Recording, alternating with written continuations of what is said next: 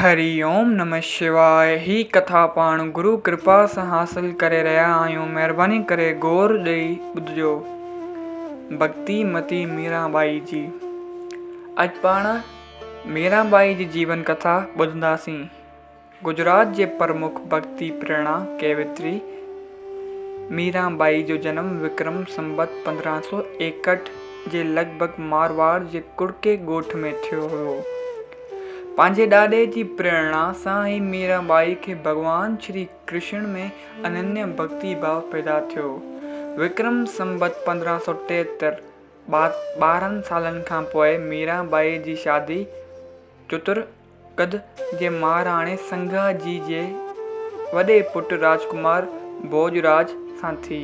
राजकुमार भोजराज जी पंहिंजे पिता जे जीअरे ई परलोक पधारे वियो ऐं कुझु ई ॾींहंनि बाद मीराबाई जे पिता श्री रतन सिंह ऐं मीरा जे सहुरे महाराणा संघा जी बि मृत्यु थी वई। 23 सालनि जी उमिरि में ई माता पिता ॾाॾे पति देव ऐं सहुरे जे स्वर्गवास थी वञण जे कारण मीराबाई जे हृदय में भक्ति जो भाव जागी पियो। भक्ति भाव जा संस्कार त मीरा में बचपन खां ई हुआ।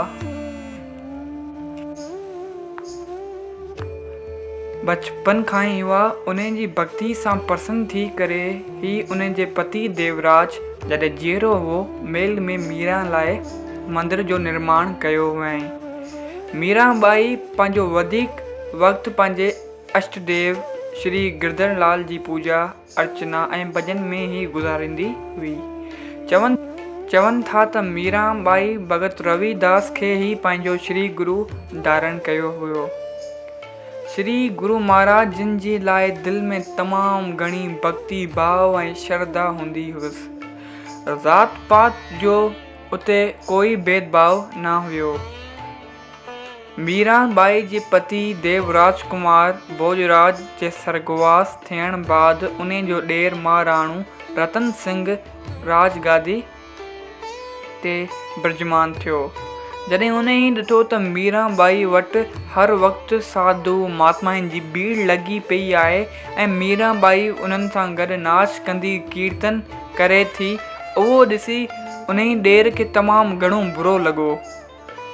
हू पंहिंजी राजाई मान शान बेइज़ती सम्झी मीराबाई जी ख़िलाफ़त करणु लॻो।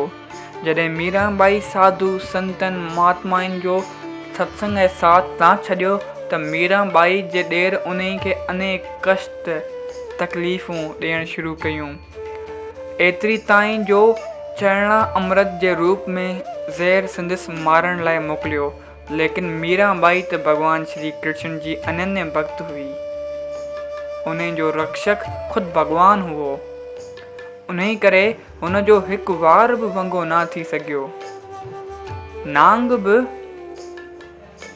नांग बि गुलनि जी माला बणिजी पियो।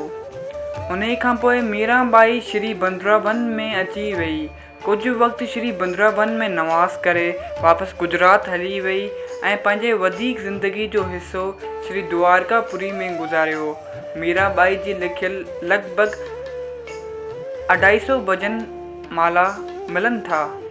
भॼन माला ठाही हुई, जंहिंमें 250 भॼन मिलनि था जेके मारवाड़ी ज़ुबान, ब्रज भाषा ऐं गुजराती ज़ुबान में लिखिया विया आहिनि, छाकाणि त मीराबाई जो वधीक वक़्तु उन्हनि इलाइक़नि में गुज़रियो हुओ। मीरा भॻवान श्री कृष्ण जी भगत हुई। इन करे उन जा घणा ई बाग़ी भॼन भॻवान श्री कृष्ण वरहा ऐं मिलण जी बारे में मिलनि था। भॻवान श्री कृष्ण जो स्वरूप में विलीन थियण ऐं श्री कृष्ण मय थी वञण जी अभिलाषा रही हुई, जेका हिन भॼन में ज़ाहिर ॾिसण में अचे थी। मीराबाई भॻवान जे निज स्वरूप में हिकु थियणु चाही थे। उन भॻवान श्री द्वारकाधीश खे प्रार्थना कई त ए प्रभु, हाणे तव्हां मूं खे पंहिंजो पाण में समाए वठो। एतिरो चई द्वारकानाथ मंदिर में पंहिंजो पाण गिंड घड़ियाल वॼण लॻा जड़ चेतन स्थिर थी विया ऐं सभिनी जे ॾिसंदे ॾिसंदे मीराबाई भॻवान जे श्रीअंग में समाइजी वई।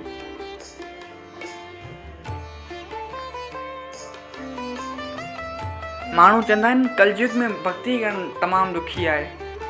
मीराबाई जी ॻाल्हि त अॼु खां 517 साल पहिरीं जी ॻाल्हि आहे। भक्ति करण वारो हुजे मीरा जहिड़ो भॻवानु पाणे ई ईंदो, कलयुग हुजे चाहे कहिड़ो बि युग हुजे। लाली मेरे लाल की जित देखूं उत लाल, लाली देखन में गई तो मैं भी हो गई लाल। तो जय सिया राम। अगर ही भगत मीराबाई जी भक्ति तव्हां खे उन जी जीवन कथा वणी आहे त हिन कथाउनि खे पंहिंजनि सां गॾु शेयर कयो ऐं असांजूं अहिड़ियूं ई ॿियूं कथाऊं मुख़्तलिफ़ भक्तनि जे मथां, विक्रमाजीत जे मथां, भगत त्रिलोचन जे मथां, इहे असांजे यूट्यूब ते अवेलेबल आहिनि। तव्हां उते वञी विज़िट कयो ऐं लाभ पायो। चओ जय सिया राम।